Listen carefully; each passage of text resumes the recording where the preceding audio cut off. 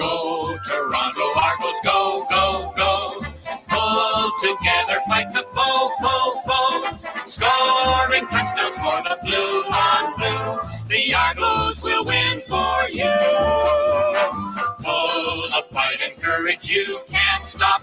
They pile up the points until they reach the top. Pull together till the Grey Cups won. Go Argos, go, go, go.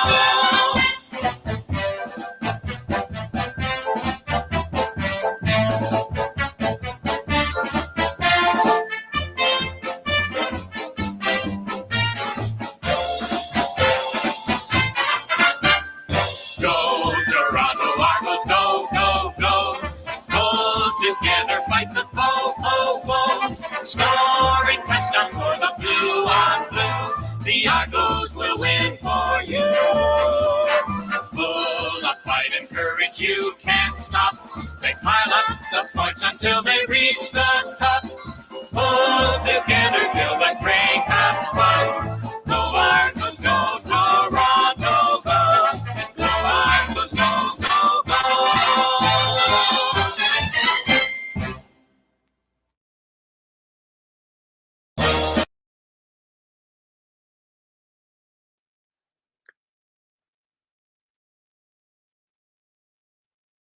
Good afternoon, everybody. Welcome to episode 11, season 3, episode 11 of the Argo Bounce live audio show, a weekly podcast show devoted to the CFL's 18-time Grey Cup champion Toronto Argonauts with co-hosts Nick Small and Chris Pomay. I hope everyone's doing well on this Sunday, September 1st, 2024, Labor Day weekend, and it's a bit busy weekend for the Canadian Football League.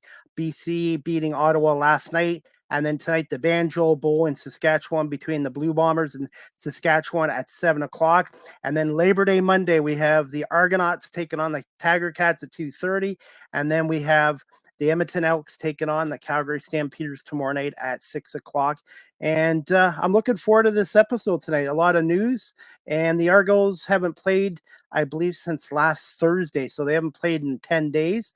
And there's been some news with the Argonauts, too, with signing Kenneth George Jr., who was cut by Hamilton, and releasing Mason Pierce. And I'm going to bring on Nick Small, and we're going to talk a little bit about that move as well. Good evening, Nick. How you doing? Hey, Chris. Labor Day is the Christmas for CFL fans. It is the most integral time of the year. We always consider this the unofficial start to the second half of the season, and it really is the time where some of the biggest rivalries in the league, in all Canadian sports for sure, if not sports in general, take place. Like you mentioned, have to correct you, the Banjo Bowl is the week following the Labor Day game. Okay. Saskatchewan and Winnipeg. Yeah, Okay. So their home game, Saskatchewan hosting the Blue Bombers, is kicking off very shortly on our TV monitors.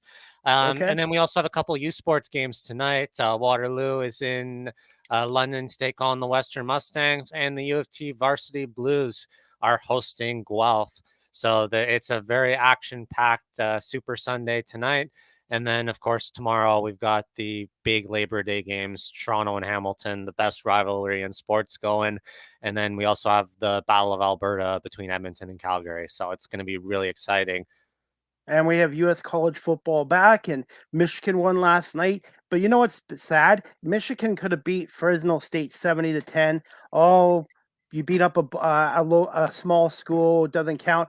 But Michigan wins 30-10. Oh, you struggled against them. And it's like, you can't win when you're playing these smaller schools. If you blow them out, and then if you don't blow them out, everybody criticizes you. And it just, I love football, but sometimes the fans overreact to one game, and Michigan's got a much tougher opponent next week in Texas at Michigan Stadium, but they're off to a good start. And one of the biggest plays of that game last night was a cornerback named Will Johnson's pick six. And I love cornerbacks because everybody talks about the receivers and that, but you need your cornerbacks and secondary guys. And defense does win games. By the way, Nick, I'm excited to have a couple of guests with us tonight. One of the gentlemen's name is Dallas. The other guys is Connor Solvay, and they're doing a part of a 65-kilometer Labor Day walk for the CFL Fans Fight for Cancer and the Michael Ciccone Foundation for Childhood Cancer Research. And we're going to bring on Connor and Dallas tonight and see where how they're making out. Hello, guys. How you doing, Connor? How you doing, Dallas? Hey, we're good. How are you guys doing tonight?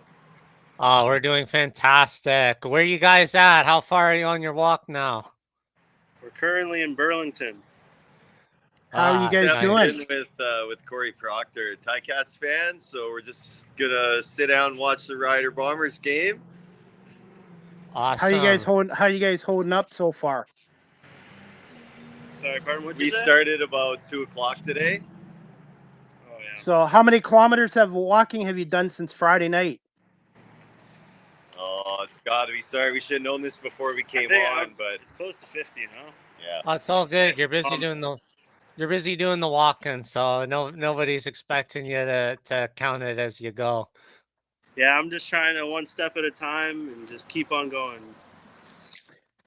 Connor and Dallas, can you tell our audience a little bit about what you're doing and how you came about doing this for the CFL Fans Fight Cancer and for the Michael Ciccone Foundation for Childhood Cancer Research? Well, it's a very important thing to bring light to is, cancer affects almost everybody knows somebody who's been affected by cancer, right? And this year with the Michael Ciccone Foundation, it's driven to support childhood cancer. And I think that's got to be like the worst thing in this world. It's a very sad disease. And if we can do anything to shed light on this problem that we have, and it's what we're here to do. It's all about trying to raise money to get it into the doctor's hands to help these kids out. How much money have you guys raised so far? Well, the amount all goes in the same pot for CFL Fans Fight Cancer. So I think it's important to acknowledge that we're all on the same team in this fight, made up of fans from across this league and throughout the entire 2024 season. CFL Fans Fight Cancer culminates in a great fundraising event during Grey Cup week in the Grey Cup host city. And so at this point, we are over $33,000 of a goal of $40,000 for the season for the Michael Ciccone Foundation. And in the last week, I think the amount's been about $3,500, which we've been promoting the walk, but there are countless other efforts happening at the same time. And that's a beautiful thing. So we're not in competition. We're not, there are people selling stickers and buttons and offering food and drink at tailgates and running fantasy leagues and 50-50 draws. So, there's so many things going on. But we're just so happy to be able to contribute to this incredible cause because, of course, cancer's touched all of us in terrible ways. And it's incredible to see the CFL fan community from across the league come together in the spirit to contribute to this. Nick, do you have questions for these guys?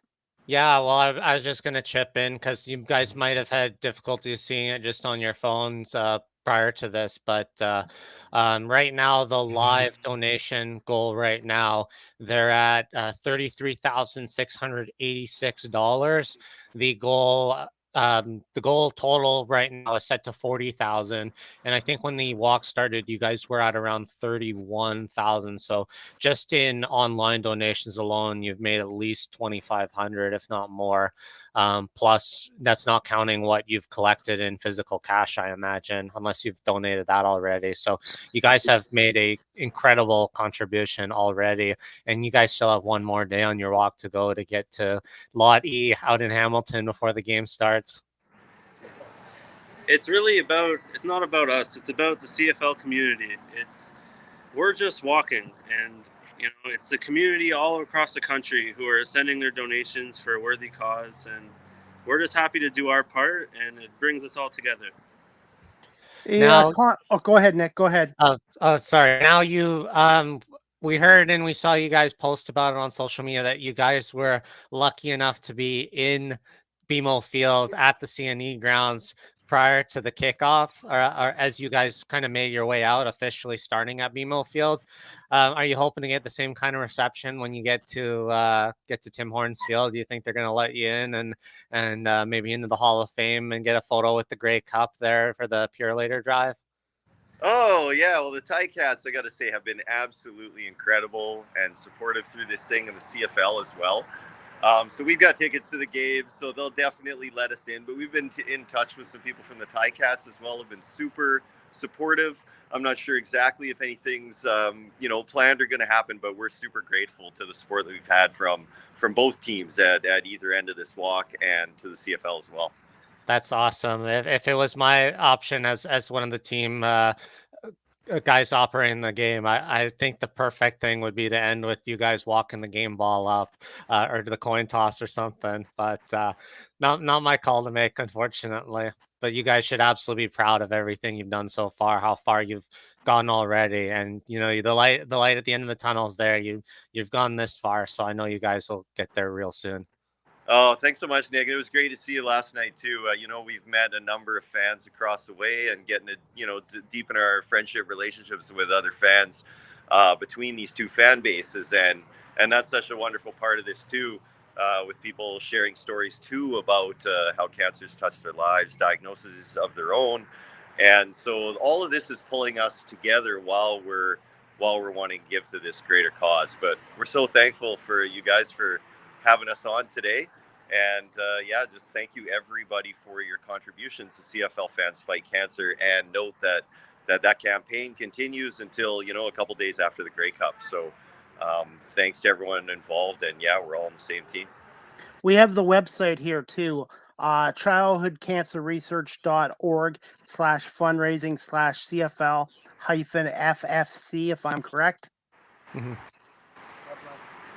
Yep. So we'll include the link on our channels here, and we'll make sure that anybody who's listening into this podcast, either right now or a recording of it prior to tomorrow, will be able to go through that link and be able to donate. So hopefully, in our little way, we're also helping give back to CFL FFC as well. You guys are awesome. Thanks so much. Thank you guys have for all your support, guys. Yep. Do you guys have a couple more minutes? Couple more questions for you. One question I wanted to ask you was, after the game Monday, are you guys walking back to Toronto? I assume you guys aren't going to be doing any more walking for a while after Monday. Am I walking back to Toronto? I can't even acknowledge that question. You might even get more money out of Mike Hogan again after this game. What do you mean? Well, their next game is in Ottawa, and you've got that's on the 7th, so you've got pretty much a week to walk there, and then you've got and then you got to walk from Ottawa to BC. I don't think anybody's doing that. So. Hey guys, I wanted to ask you this too before we let you go. What have been some of the challenges of walking from BMO Field? Have there been any so far? Well, it's a very long distance. If anything, it's more just a lot of wear and tear on the body walking so many kilometers in a day. But that's challenge-wise, we've been pretty lucky. We just keep walking.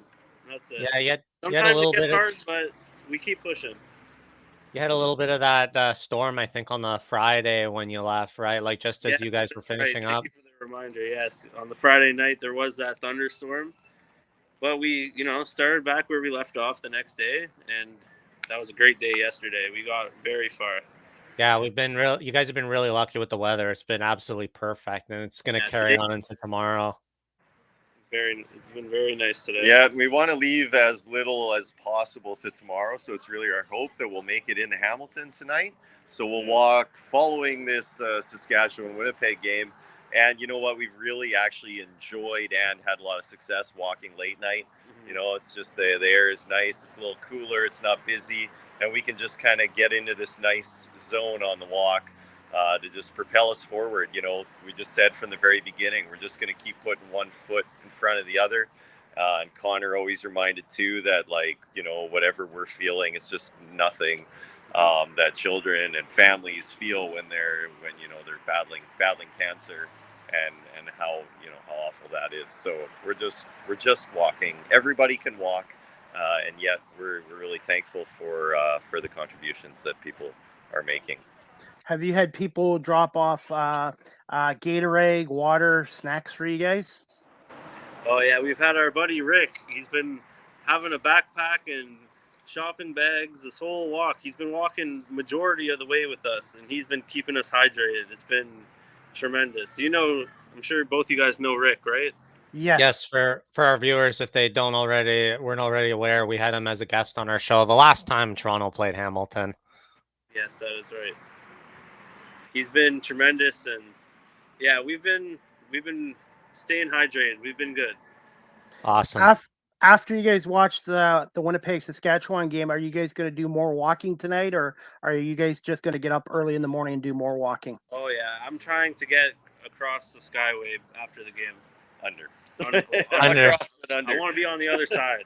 Is the point. Yeah, the noble goal indeed. All right, guys. Do you have anything else? So much again. Thank you for having us. It means a lot. Oh, you're very welcome. Do you guys have anything else to say before we go? Let you guys go. Just thank you everybody for your support, and if you could continue to donate to the Michael Caccione Foundation, it means a lot to us. And go Argos, right? And they can do it they can do it on the website up here or through your X Twitter page, right? At Sauve Connor. Yes, that's correct. Yes. Thank you very much, guys. All right. Well, Connor and Dallas, thank you so much for doing this, and continued success, and make sure you get some extra exercise in tomorrow too. Yeah, awesome. Thanks so much, Chris. Thank you. You're welcome. Enjoy the game. Go Argos. Go CFL, and good luck. And go Connor and Dallas. Thank you so much for doing this tonight. I really appreciate it. Yeah, all right. Cheers, guys. You're welcome. Thanks, guys. All right, Nick. Thoughts on Connor and Dallas? Yep. I was really glad we were able to communicate with them throughout this week and get them as guests on our show and doing our part as fans as well to help promote the cause. It's wild when you think that the goal of 40,000, you kind of break it up into quarters at where you would want to be in that fundraising amount, and they're almost at the goal now at Labor Day, when this would be, if we had 20,000 at this point, it's something you'd be amazed by. So it's fantastic that they're almost at 35,000 already. And yeah, like they said, between things like the walk that they're doing is their way of raising money. You have individuals selling buttons, selling food at tailgates, collecting money there. We had Chris Timofchuk, who broke the Guinness World Record for seeing games in the shortest amount of time, raising money for that.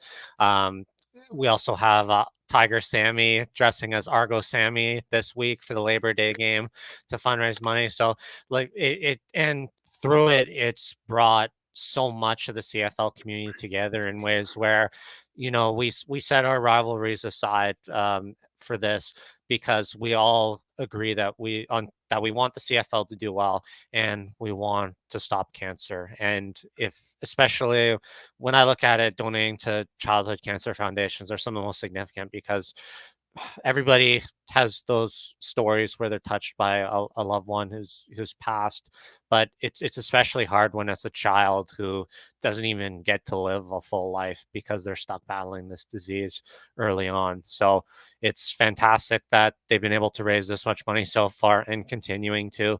There's no doubt in my mind that, forget 40,000, they should probably break 50,000 by the time they get to the auction in BC, and everything gets all wrapped up and the final donation total is reached. It's all fantastic. I'm assuming the league I'm assuming the CFL and the 9 teams are contributing to this as well. I'm assuming. I'm honestly not sure, because it was founded as a fan created organization. It came about after Ron Lancaster was diagnosed with cancer, longtime player in Saskatchewan, and then coach in Hamilton for broadcaster too. He was a broadcaster for many years. And broadcaster before before receiving his cancer diagnosis, and that's kind of what fans decided. Hey, let's bring this together and let's turn it into something good and paying it forward, and it helps. It helps with the legacy and the memories of people like Ron and other players, alumni from the CFL, their families, their friends, their loved ones of fans directly who have died of cancer, and it just allows everybody to unite and fight towards the same goal. So it's really proud that we get to be a part of it here, and I contributed my $65. One of the big things that's been the push for this is that they've walked 65 kilometers. If you can donate 65, that's equivalent to $1 per kilometer they've traveled. If you don't have that kind of money, it's okay. $10, $5, every little chunk of money helps them get towards that goal. We've seen it that the benevolence of everybody in the CFL, even though it's been really tough economic times for a lot of people recently, they're still at close to 35,000 of a 40,000 goal. So it's something that they should be absolutely proud of, and there'll be more things to come soon as well. It's, as I said, we're only halfway through. Yes, and I've done a lot of fundraising over the years with Humane Society, with Big Brothers, and other charitable organizations as well, and they will get their goal. I was going to say 65 kilometers is about, what, 40, 45 miles? That's not easy. I don't care if you're physically fit or you're able-bodied. That is not easy to do that, and thankfully the weather hasn't been as humid for them, so they've been able to do it. The weather's kind of been on their side so far. But one thing I wanted to ask is, they really should, I hope the Cats do this tomorrow, they let them deliver the full game day football. I think that would be a nice gesture by the Tiger Cats and the CFL for them doing that. It would definitely be a cool thing to see. I don't, like I said, I don't know. I don't have any connections with the Tie Cats on anything like that. But if anybody's listening to our humble little radio show and they've got somebody the finger on the button to do that, make it so. Yeah, so hopefully we'll see something like that come up. Really, and yeah, it's really cool that they did that. And I always think distance-wise, I compare it to, of course, the Canadian legend Terry Fox, Yes. Canada's greatest athlete. He ran a 42K marathon every single day from Newfoundland when he started to Thunder Bay before, unfortunately, cancer, of course, came back in his lungs and took his life. So, yeah, when you compare it to that, like, they're going about a marathon and a half right now to get there, and they're close to the Burlington Skyway. If you think of where that is in relation to where the field, they'll have less than 10 kilometers to go from there. They're very, very close, and they'll receive a hero's welcome when they trudge into Lot E and into Tim Hortons Field. That said, as well, it is also worth noting that it is the Purolator Tackle Hunger Game as well, a tradition that the late Chris Schultz was a big patriot of as well, supporter, spokesman for. And so if you make a food donation there, or you can make a cash donation for that as well, you can get your photo taken with the Grey Cup at the Purolator booth prior to the game. So there's a lot of cool things going on, and it's really awesome, because I think it brings out the best in CFL fans with all these initiatives and drives. So we're really looking forward to it. And now that we've done all this, unless you got anything else to talk about, maybe we can start jumping into the game. No, you said it all, Nick. So Robbie Schneider, 716 Sports Blizzard Podcast, give him a shout. Robbie Schneider goes Argos, and then Robbie goes hit the like and subscribe subscribe button. Thank you, Robbie, for watching. And Robbie's excited because his Buffalo Bills play the Arizona Cardinals next Sunday, and my Philadelphia Eagles take on Chris Belinovich, Sean Bowen's Green Bay Packers. And I'm going to let those two guys hear it when the Eagles crush their Packers and that overrated Jordan Love has a bad game. So I can't wait for the Eagles to blow out the Packers next week. And I hope Chris and Sean Bowen are watching this, because the Eagles are going to win that game by at least 17 points over the Packers. Well, the important part for me, CFL, I don't think there was a score yet in that game yet. Western's already up 14-0 on Waterloo, and Guelph is also up 14-0 on U of T. So What's fortunately, with our timing recently, we get those live scoring updates. What's your thoughts on the York Lions coach saying the guys are going to just have plain white helmets? For them to have decals on their helmets, they're going to have to win 2 football games this year. What's your thoughts on that? Well, I didn't hear about that until now, but yeah, make them earn it. I think what we've seen in the OUA the last little while, there is kind of a bit of a parity. You have obviously Western as kind of the number one, but then you've got another couple other teams clawing at it. Laurier is always a big one. But there's Queens, Windsor shuffled, but at the basement, we've seen York has in Toronto, particularly York and struggled. Toronto, particularly in Windsor. And if the OUA wants to grow as a sport, all the schools need to be competitive. It's not good when one or two schools dominate and that's it. And it would be nice to see the York. I keep calling them the Lions. They used to be the Yeomen. They used to be the Yeomen, and then they became the Lions. But it would be nice to see them in the Toronto football program. The Toronto football program back in the 80s and early 90s was pretty solid, but Well, Toronto had a fantastic win last week against Waterloo. It was a game that came right down to the wire. That young quarterback that they got at U of T, he's a stud, man. They're going to be a competitive team offensively for quite some time. Maybe not this game against Guelph. They seem to have gotten themselves into a hole early, but yeah, I've got faith that especially how these first week of games went, I think there's a lot more parity, that it's going to be a lot more competitive than it has been in the last couple seasons. Gotta ask you this, Nick. Let's get to the Argos. But this week they picked up Kenneth George Jr., who the Cats released, and the Hamilton fans weren't too happy with. And then the Argos released Mason Pierce. That stunned me. I didn't see that coming, but obviously they feel Kenneth George Jr. is a better fit for their defense than Mason Pierce, who I believe will be picked up very soon. Well, after the way the season ended up at the beginning of this year, the DBs did kind of struggle a bit, and Mason Pierce was one of those guys who kind of struggled compared to the end of last season. And with Milton coming in more, for me, Mark Milton playing as well as he did in that boundary halfback spot, that's really what cut Mason Pierce out of his roster spot. And then, yeah, I don't know quite yet about KGJ.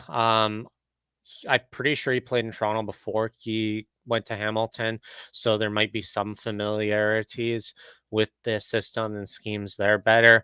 But yeah, I guess there's a little bit of surprise, but it's kind of the nature of what we've seen with this team. Like, we see that at the receiver side. We saw that at the receiver side as well, with the releasing.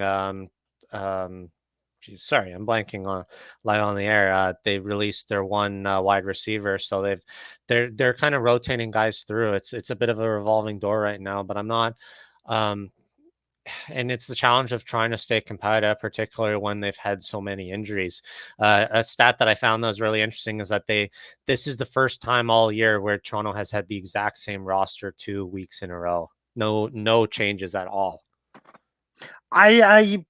Kenneth George Jr., I guess he just never fit in with Hamilton, and I'm still shocked. I didn't think the Argos were going to let Mason Pierce go, but obviously the Argonauts brain trust feels that George Jr. is a better fit. I think from the roster charts from tomorrow night's game, Rick Zamperin had, I don't think he'll be in the Argos lineup tomorrow. He's not dressed. No. Okay, and what's the injury report look for this game against Hamilton? Well, as I said before, there are no changes at all to the lineup from last week. The only thing that might be worth a note is because of the back issue, John Haggerty is still listed just as a game time decision. So as long as he does nothing to aggravate it, I'm assuming he'll play. I don't know if they'd be able to move him on the one game and put someone like Gachus Lozada or Jeremy Edwards. They're two international other kickers on their lineup. I don't know if they'd be able to sit him out and put one of them in last minute. I would imagine, based on how Haralau did last week, I think they've got faith that they would rather have him do double duty. So although he didn't have the same kind of power and hang time, he had a fantastic game punting, lining it up right in the spots he needed to. And then kind of looking further down the depth chart, though, it sounds like Dejan Brissett, Jordan Williams, Jared Brinkman are all, Tommy Neal, they're all getting very close to coming back. So I think over the next couple weeks, we might see the same kind of problem that we saw with Mason Pierce getting released. They're going to have guys coming back and they're going to have to make some really tough decisions. Guys like Woody Barron, for instance, might end up being released again because Jared Brinkman's a better fit, for instance. Absolutely. And let's get to this question. Overall thoughts on the Labor Day matchup between Toronto and Hamilton. The Argos are 6-4 coming off a win. Hamilton's 2-9. I do feel they're a better team than they're 2-9, and they really should have beat Winnipeg last week. But Hamilton has owned Toronto on Labor Day, 36-15-1. The Argonauts have won the last two Labor Day matchups, which is a positive. But I really feel, even though the Cats' record is terrible at 2-9, the Argos are 6-4. Hamilton's going to show up. This isn't going to be some blowout game. I feel this is going to be a very close game. I feel it's going to be. I got the Argos winning this game, 31-28. I think it's going to be a high-scoring game. And I think it's going to come down to the last second again. I think it's going to be a last-second field goal by Liam at the end of the game. And what I wanted to ask you, Nick, obviously Chad Kelly came off his 11-game suspension. I thought he played well in his first game. He was at home in a friendly environment. How is he and the team going to respond being in a hostile environment in Hamilton? And he's going to hear it from their crowd. Yeah, it is going to be it's probably going to be the single hardest game of Chad Kelly's career coming into this, because he's public enemy number one going into the donut box. It's going to be absolutely hostile. I have no doubts in my mind that that's what's going to happen. And to be honest, it gave me a lot of reflections on whether or not I should even go to that game, which I made the decision I will be going.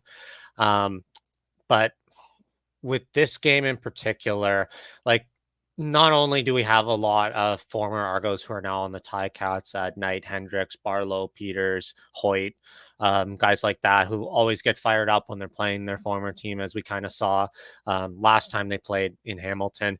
But because of that Chad Kelly factor, the one benefit of it, though, is that this isn't his first game back. The fact that, like we talked about, that he needed to play his first game at home, it sets him up significantly better for this game in Hamilton than it would have been if he had started this game, because he wouldn't function as effectively in that hostile crowd without that game of sort of a warm-up game under his belt. So I think this sets up Toronto in a much better position.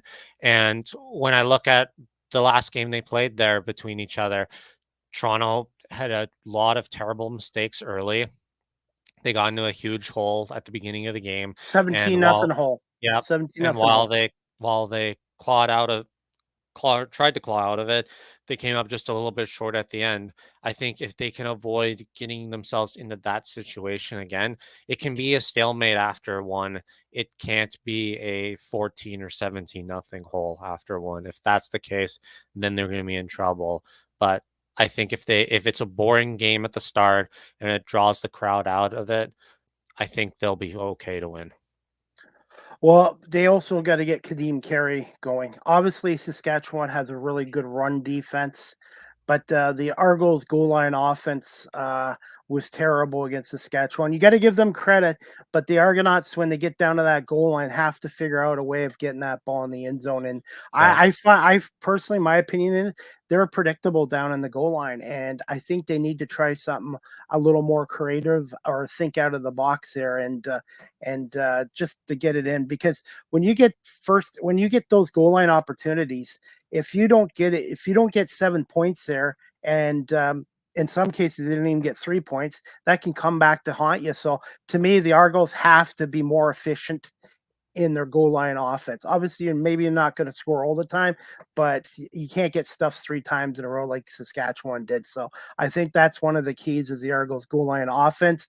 I think Chad Kelly playing a clean game will be key. And I think the Argos defense, and I think Kadeem Carey is going to have an impact in this game. And I also feel Javarian Grant is going to take another one to the house against Hamilton. I just have a gut feeling he's going to get number 5 on Monday.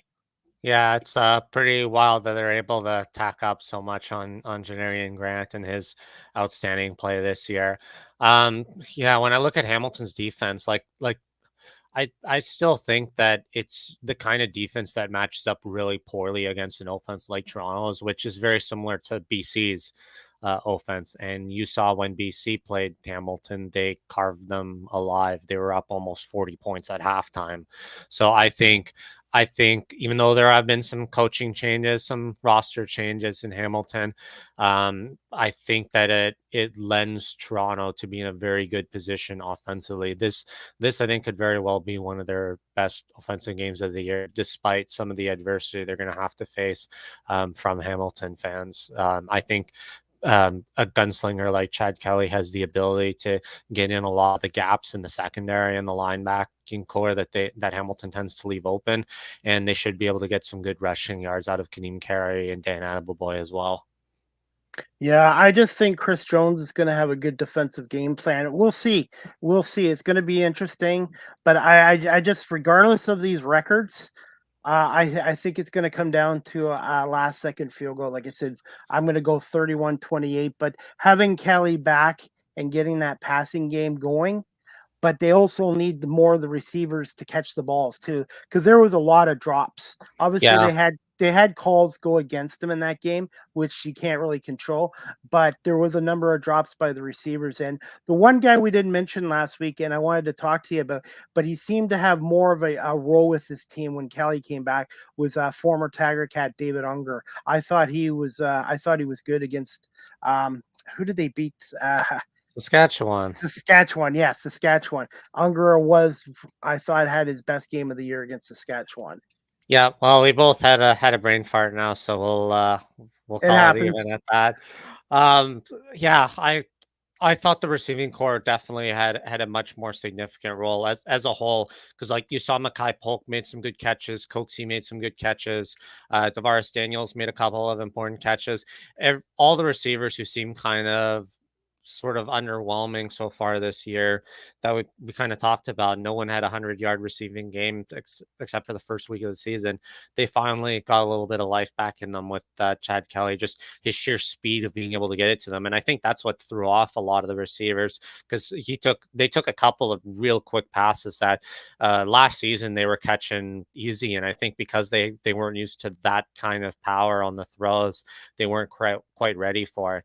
And I think now that they've had a game and a full 2 weeks of practice under their belt, I think they will be fine. And I don't think you're going to see those kind of drops quite as often anymore. Kelly's starting, but I see Cameron Dukes has been moved to number 2 and Arbuckle has dropped to number 3. Are you surprised with that?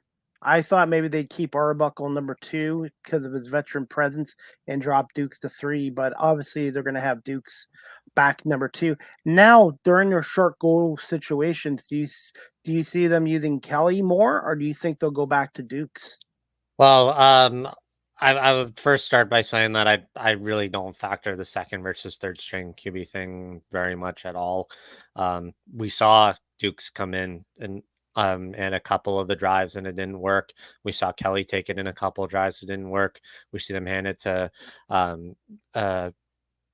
to Kadeem Carey a couple times or once at least, and it didn't work. So, yeah, I try not to factor too much into it because I think I think you just got to give that last week's thing to just really good goal line stands from Saskatchewan. Like to get shut out 9 times in a row on that was a little surreal. And I'm not overly worried at this point about these struggles on the short yardage offensive line.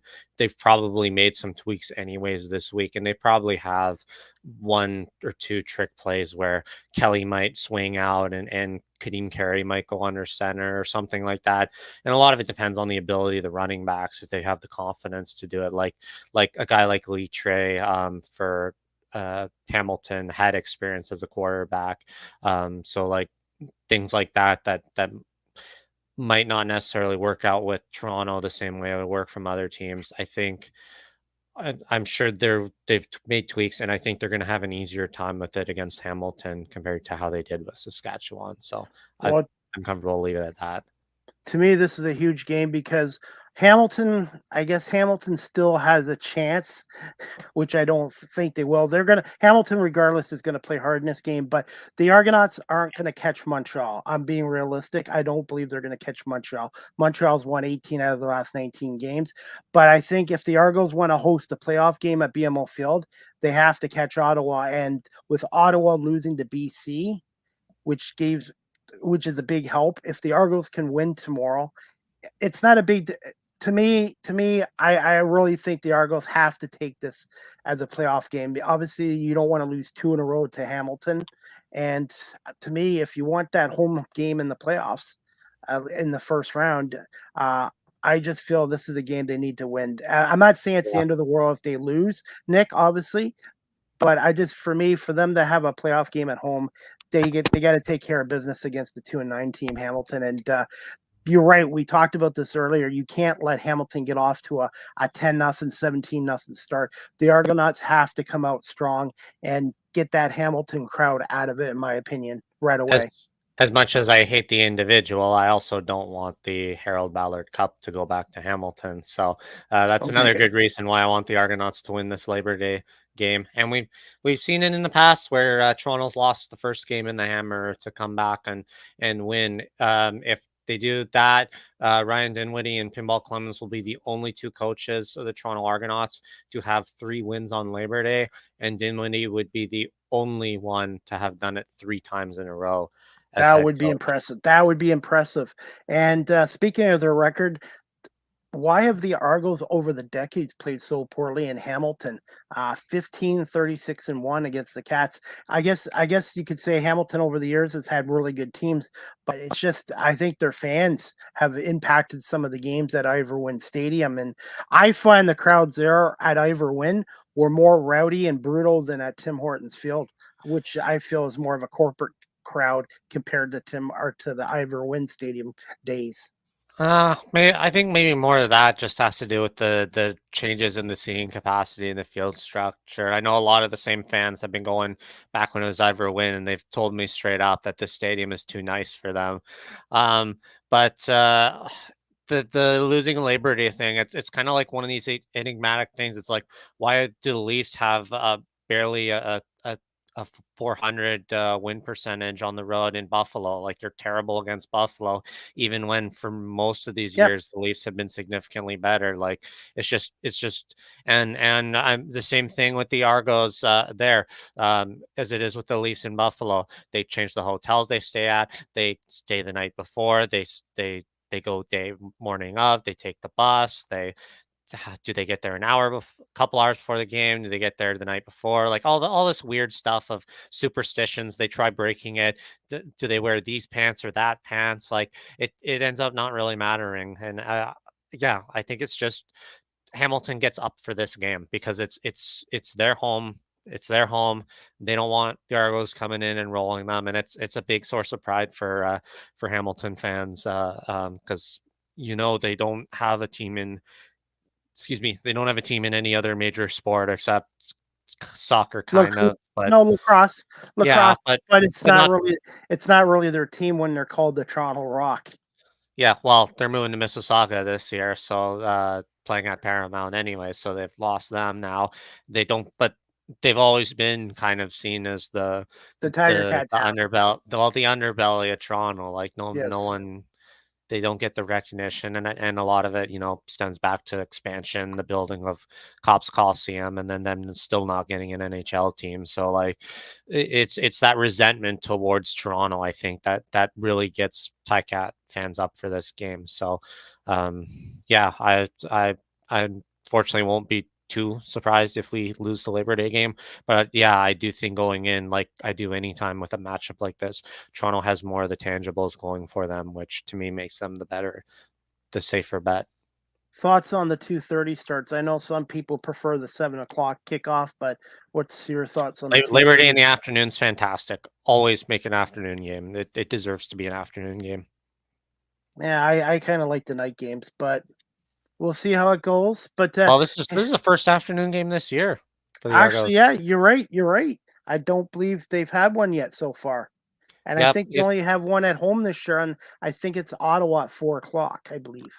Yeah, yeah, it's been a weird thing that's been kind of flown around in discussions. When do you like seeing certain times for games? And I kind of like either the Friday night or I actually like the afternoon on the Saturday. The 1 o'clock games are actually really nice because you can spend the whole day there and Yeah. just enjoy being there. You're in no rush to get there from work on a 7 o'clock kickoff or anything like that. So that's my, and the big thing too is it's a lot easier to have kids come to a 1 o'clock game because you try getting kids at a 7:30 start and they're half asleep by 10 o'clock, and it's chaos trying to get them home.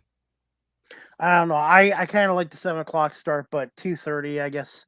So be it. TV dictates. Hey, what kind of performance are you expecting from a struggling Hamilton team? They really, that game against Winnipeg, the first half, Winnipeg was up 16-3, and it was kind of a snooze fest. That second half, they really outplayed Winnipeg, and just at the end, they just couldn't get it done on the final drive with Zach Collaros. And the Cats this year have lost a number of games by less than 4 points. I don't think they're as bad as their 2-9 record. I'm not saying they're a 500 team, but I think they're better than their 2-9 record. And I think the Argos better be playing their A game on Monday and not taking this team lightly. Yep, well, they absolutely will. But the truth, the saying that's always there: good teams find ways to win when they should lose, and bad teams find ways to lose when they should win. They blew it in this game against Winnipeg last week. They blew it on their home opener against Saskatchewan. I had left figuring they had already won with a multi-possession and lead, and they still found a way to blow it to Saskatchewan. So, yeah, but that to that point, like you bet they're going to come guns a blazing, especially with so many ex Argo players from just the last 2 seasons. And you can also count the Bird brothers to that list as well. Actually, they might have Jordan Bird's name twice on the depth chart. Yeah, so maybe BJ's not on their team, but Jordan Bird is. So I think BJ might have signed Saskatchewan, but yeah, so yeah, we'll see how it goes. And yeah, when it comes down to it at kickoff, either of these teams could win on the Labor Day game, as we've seen so many times before.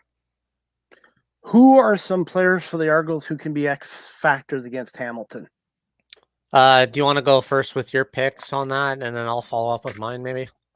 Well, I know with Hamilton, one guy that worries me is Tim White because he's not really had a great year, and I really feel he might have a big game on Monday because he's just too talented to continue his struggles. So I think for Hamilton, Tim White. For the Argos, I'm going to go with a couple guys, Devarius Daniels and Kadeem Carey, and on the defense, I think Ralph Hawley. I think Ralph Hawley, and obviously, I think Ralph Hawley. Those are my guys right there: Ralph Hawley, Daniels, and Kadeem Carey. Yeah. Well, you also mentioned Janarian Grant. You got the feeling of him having that kick return TD, right? I do feel he's going to get another one against Hamilton Monday. Mark my words. For me, I'm really curious to see how our secondary is going to do, particularly the veteran guys like Royce Meche, Deshaun Amos, Tavares McFadden. They got something to prove, especially with Jamal Peters, the ex-Argo from the boundary side, being in Hamilton now. I think they're going to want to have a big game and make Bo Levi Mitchell pay for any big mistake he throws. Like, Bo doesn't have the arm like he did in his prime, certainly nothing like what Chad Kelly has now. So I think they've got to take advantage of that. Especially where there's a lot of this sort of weird resentment with the relationship between Bo Levi Mitchell and Scott Milanovich. So I think if you can get to him early, to Bo and force some mistakes, I think the secondary can eat them alive there. So those are the guys I want to watch in particular at field level this game. What do you see the score? I have the Argos winning this game 31-28. Yeah, I've got it a little bit higher scoring. I'm going to have the Argos 38-31. Okay. So we'll see if we're both right. Hey, let's do our predictions. Yep. We already did Toronto Hamilton. What's your thoughts on the Elks at Calgary prediction? I'm going to have the Elks on top of Calgary. Yeah, I don't know how big a score.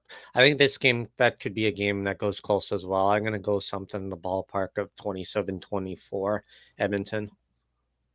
I'm going to go with Calgary 23, Edmonton 22. 23-22 Calgary. All right. Well, and I see Trey Ford is dressing, but I don't know if he's starting this game. They had Macbeth on as the starter on the roster right now. Looks like Saskatchewan just took another touchdown to take the lead off Winnipeg. I think it was 14-7 when I last saw. Yeah, Winnipeg's offense is still not the same, but they have a very good defense. But that's a huge game too, by the way. That whole CFL. Who would have thought for many decades the West was so much better than the East? Now look at the West. You got all the teams there are 500 or under, and then in the East you've got Montreal 10-1, Ottawa 7-3-1, Toronto 6-4. So take away Hamilton and all the 500 teams are in the East. Yeah, I love it because the West Coast fans can't use their cliched joke about how much better the West is than the East that they've used for the last 30 years. It's great. I love it. And what were your thoughts, Nick, on the Ottawa BC game? Yeah, I honestly did think Ottawa would have come out to play a bit better. Toronto has the same problem. It's just something about going out west to play. East teams just do not play well out in BC, no matter whether it's at the Dome or out in Victoria. It just does not matter. They just cannot get anything going. BC needed that game. They've lost 5 in a row. There was talk about benching Rourke for Vernon Adams Jr., which I think has been put to rest. Rourke was 21 out of 30 for 325 yards, 3 touchdowns, 1 interception. That was a huge game because I'm sure Rick Campbell was feeling heat and the BC Lions players were feeling heat. So that was huge. Yeah, and he also had the most important statistic. He had one snubbed Farhan Lalji halftime interview, which I think is going to create a little bit of drama over the next little while. And I'll just throw my 2 cents out there right now. You're being paid $800,000 in marketing money. You got to suck it up and take an interview at halftime every once in a while. You can't use that as an excuse. Yeah, well, I think the league, I know in the NFL you get fined for not talking to the media. So maybe the CFL or the Lions should say, look, we need you're back with us when media needs to talk to you. Or they could just say after the game, I'll talk to you after. But I agree with you on that, Nick. But Rourke, like I said, he came into this game where people thought, okay, you know what? He can't do it anymore. Let's put Adams Jr. in. But Rourke was very efficient in this game, and BC really, really needed that game because when you lose 5 in a row, man, if it went to 6 in a row, you know what I mean? Yeah. And right now it's a toss-up with Saskatchewan, BC, Winnipeg. I still don't think Calgary is that great, and Edmonton is not going to make the playoffs this year, but the West is up for grabs. Yeah, well, I don't know. I'm looking at this game right now. Saskatchewan's up on Winnipeg. If Edmonton manages to beat Calgary, they're going to be even with Winnipeg. Just with the 3 wins they've gotten, so it's really anybody's game right now in the West. Any of those teams can make the playoffs, and I think actually right now, I'd put more faith in Edmonton making it than Winnipeg or Calgary right now. That's going to be my bold prediction at the midway point. Winnipeg still has a good defense. I'm not sold on Calgary and Edmonton. They've lost so many games where Edmonton reminds me of Hamilton. They're I think they're better than their record, but when you don't know how to win games, you end up losing the close games. So I think the Elks Calgary game is going to be close, and I just think Calgary's going to pull it out. But you're right. If Edmonton can win tomorrow and Winnipeg loses tonight, Edmonton will only be 1 game behind Winnipeg. So these games are huge, Nick. Regardless if it's only Labor Day, all these games are huge. Toronto was sub 500 at the halfway point in the 2022 season, and I think something pretty awesome happened in Toronto that year. So CFL's a weird thing. Anything can happen in this league, which is what makes it so fun to watch. And final thoughts on our show tonight, Nick. And did you want to bring up Connor Silvey's fundraiser again before we wrap it up?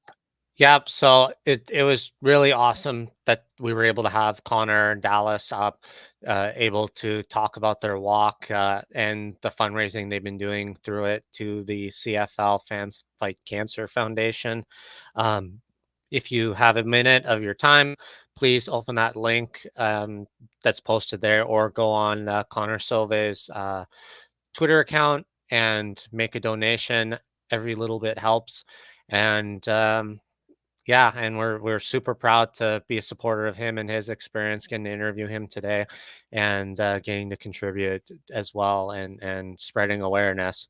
So even if you can't donate, just spread the word, because word of mouth is one of the best tools of fundraising. So, and thanks to everybody who has contributed at this point and who will continue to contribute all this way up until the end of the season. And as I'm saying that, Winnipeg just scored another touchdown, so it's 14-13 Saskatchewan with the extra points still to come. That's going to come right to the last play of the game. But hey, I want to give a shout out to Mike Hogan too for his donation and doing fantastic article on Connor and Dallas on the Argonauts website as well. So give him a shout out as well. Okay, and I think that just about wraps it up on our show tonight. Unless you've got anything else you want to talk about. I just think this game tonight, Winnipeg, Saskatchewan, is going to come down to the last play. I think Toronto Hamilton is going to be a nail biter, and Edmonton Calgary game. I just can't believe it's already September. The CFL season is just flying by. So thank God I've got the NFL season and college football season going. So with those leagues going now and the CFL heading towards the playoffs, it's just, this is a great time of the year for football, and it's gonna be a good game tomorrow, and we're gonna see how Chad Kelly responds to adversity and negative crowd reaction as well. So I think it's gonna be a really entertaining game. And Nick, what time are you getting to the game at? Are you gonna be tailgating at Tim Hortons Field? Yep, I'll be at Lottie probably sometime around noonish, if I have to guess. I don't usually plan it to pinpoint, depending on the train, the bus schedule to get over there. So that's the other reason why I like the afternoon games in Hamilton. The trains coming back from Hamilton to Toronto, they don't run as many as they do from the other way, from BMO Field going west. So it's significantly easier if it's an afternoon game. So whenever I get there noonish, I'll be there. I'll see many of you guys there as well, our listeners, I imagine, and I'm looking forward to it. So yeah, let's have a fun, safe, enjoyable game. If you have any doubts as an Argos fan or neutral fan coming down, I highly recommend after the game just chilling, hanging around, and can always come behind the Argos bench. There's a lot of Argos fans over there. Strength in numbers if you're concerned about that at all. How far is the train station in Hamilton to Tim Hortons Field? It's a little bit of a bus ride. The good thing is right before the game, you get free public transit use with your game ticket there. So you can take the Hamilton line on, forget the street name, but from the Hamilton Go Center and from West Harbor. There's two. They each have a bus line that basically runs straight up the main street up to Hamilton, so it's nice and easy to the field. All right, Nick. And finally, where can our audience find you on social media? As always, Nick_small_38. And you guys can follow me on all social media platforms, including Twitter X at Chris D. Pomay as well. And that wraps up episode 11. And I want to say thank you to Connor Sauvé and Dallas for coming on here tonight. And I'm hoping they continue their walk and continue their success with their fundraiser. Absolutely. Well, until next time, take care, everybody. Go CFL fans fight cancer, and go Argos. Thanks, Nick. We'll talk to you soon, buddy. Go Argos.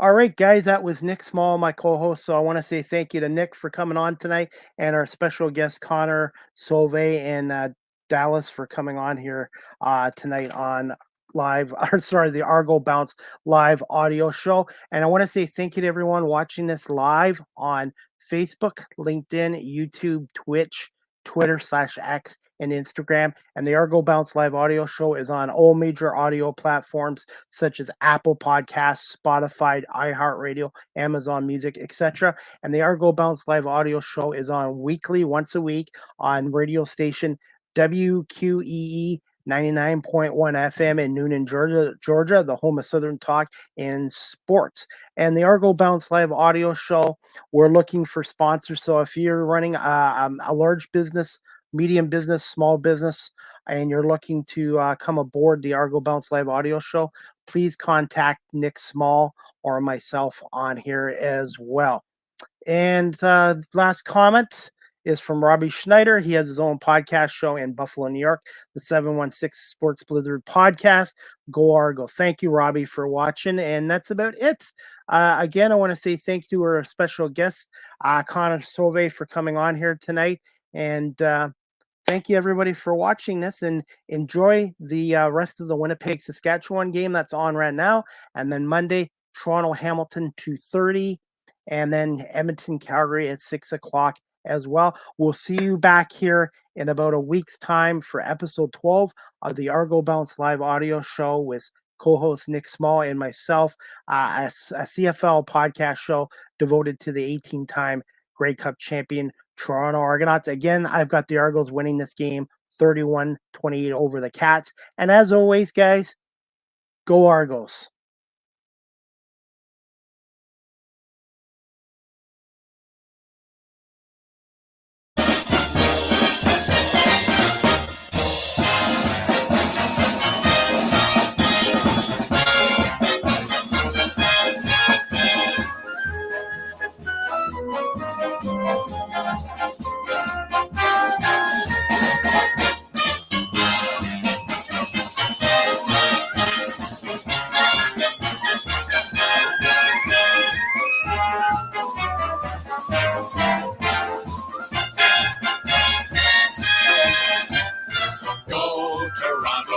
Go, go, go. Pull together, fight the foe.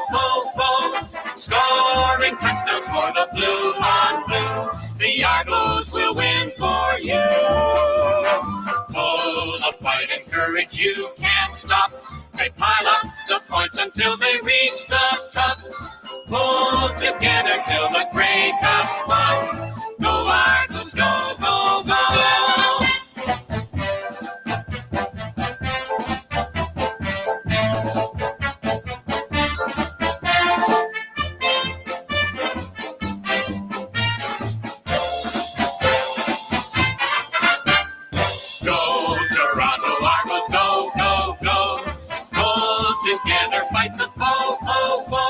Scoring touchdowns for the blue on blue. The Argos will win for you. Full of fight and courage, you